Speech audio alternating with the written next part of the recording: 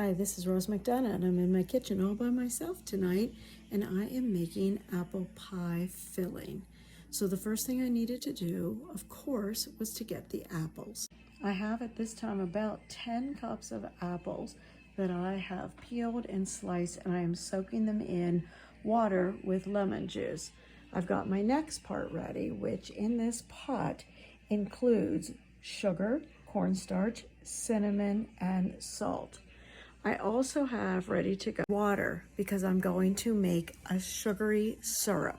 So I will add my water to this pot. I'll put the pot onto the stove and I will start cooking that for, I don't know, probably about 4 to 6 minutes, maybe even a little bit longer than that. So it took this about 4 minutes to come to a boil, and I boiled it hard for 2 minutes, and you see how dark it has turned and shiny. Oh my gosh, it's hard for you to see because of the steam coming out, and it's very, very shiny. Let me see if I can turn a little bit more and make it better for you.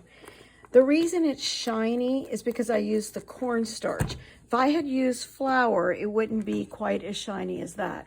And to this, I'm now going to add my 10 cups of apples. So I already have about a little over 8, and then I have a little bit more in there. Once I hit the timer for it starting with the 2 minutes, that's when I decided, okay, at that point I can drain my apples. You don't want to drain it before then because you want to resist them browning. I wanted to make sure that I could tell you about cornstarch. The reason I'm using cornstarch is just because I happen to like to use cornstarch every once in a while in products that I'm making.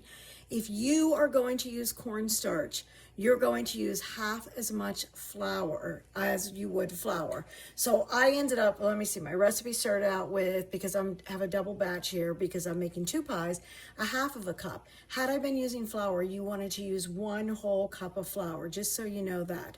See what it's looking like now. I've got it all mixed up in here. I put my 10 cups of apples in there, and I'm just using my rubber scraper. Of course, right now I'm doing it with one hand, but I'm using my rubber scraper just to make sure that I get it all coated.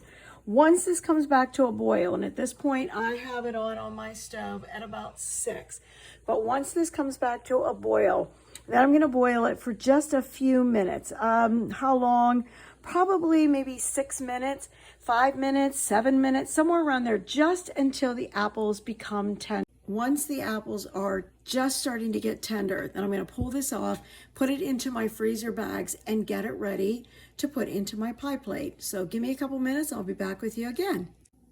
Okay, so I cooked my apples, I don't know, maybe 6 minutes it was total. It might have been a little bit less than that. Just until the apples start to get tender, because I'm going to be baking my pies later. And now I'm going to bring it up. I'm going to put them into 5-cup increments. I'm going to put them into my plastic bag. So let me show you what I'm going to do with that. I should also show you that you want to make sure, you see how the fork is going through? It's real easy for it to go through. And the apples are definitely, aren't they just beautiful? And I know I say this all the time, but I wish you could smell what I'm smelling. They're just gorgeous, just beautiful and ready to go. So I'm going to put them into increments, and I'm going to put them into my Ziploc bag. I want you to notice what I've done with my Ziploc bag. I have a bowl here, and I put the bag down in there, and I roll it down. It's kind of like making a miniature bowl, but this way nothing flips over when I'm going to work with it. I'm not this tall, you know. I'm standing up here on a stool so that I can take care of doing this. Oh, I hope this is going to work. I should have also mentioned, I am using my really large rubber scraper, because this is the one that will withstand temperatures up to 550 degrees. And since I was going to be boiling and stirring constantly, I definitely wanted to make sure that there was no issue. All right, I need to get down and see how close I am. I'm still at 3 cups, so I have to go a little bit more. It's hard to tell when you're looking down into here.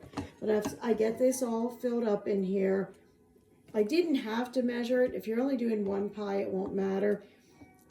Maybe at the beginning I could have told you I used 10 apples altogether. So I used some Fuji apples, and I also used some local Gala apples that I had peeled. All right, so I'm just a little bit shy. I need 1 more scoop in here, and I'll be ready to go, and I won't bother you with watching all of it. And that's it. I'm going to take this, and I'm just going to pour it in, and let's hope there's no failure. Ah, perfect. And you know it. I'm getting out the rubber scraper because why would I ever leave any of this in here? I'm going to pour the rest of this in here, even though I have another one to do. All right, so that's taken care of. I'll do the next one in a minute. I'm going to pull the plastic bag out. I want to try to get all the air out. Cool this on your counter for no longer than an hour and a half. You definitely want to eventually get it here in the freezer. Close this up. I should have marked it what it is, but honestly, Thanksgiving's just around the corner, so I'm going to be using them relatively soon. I'm taking my pie plate that I'm going to be using, and I'm going to have a bottom and a top on my pie plate, so I'm not worried about it being extremely filled, but that's it. So now that this is warm. I'm going to have to vent this for a few minutes. So now that I have my pie ready to go in here, I'm going to put it in the freezer after it cools down some. I'm just pushing down the juices. Why would I want to waste the juices into the plastic bag? I want these juices to be in my pie later. Oh my gosh. The smell is so amazing. Should have told you, just for your fun story. Where is everyone tonight? Why, Rose, are you doing this all by yourself? Doing it all by myself because they're out spotting deer. Never have enjoyed spotting deer. Can't even begin to imagine what that would be like. I went with Bob 1,000 years ago when we first were married, and I didn't enjoy it. And one night he was napping on the couch, and I went and I got the biggest flashlight I could find, shined the flashlight onto him, and he woke up and he was like, "What's going on?" And I said, "That's how the deer feel." Okay, that might not be how the deer feel, but that's how I feel that the deer must feel.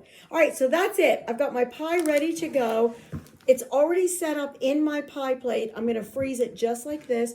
So on Thanksgiving, the day before, when I'm baking my pie, all I have to do is put my pie crust in here, put my pie filling. I usually thaw it out maybe 20 minutes or so beforehand. Put my pie filling on top of here, put the pie crust on top, bake it, and I'm ready to go. And a whole lot easier.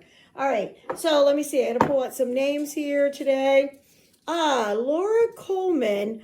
Oh, I don't know Laura Coleman, but you know what I know? She left comments about the gluten-free biscuits and said how much she liked them. So as the holidays are rolling up, and if you're trying to cut down on some gluten, go back and look at some old videos and find the gluten-free ones. Great. Another one.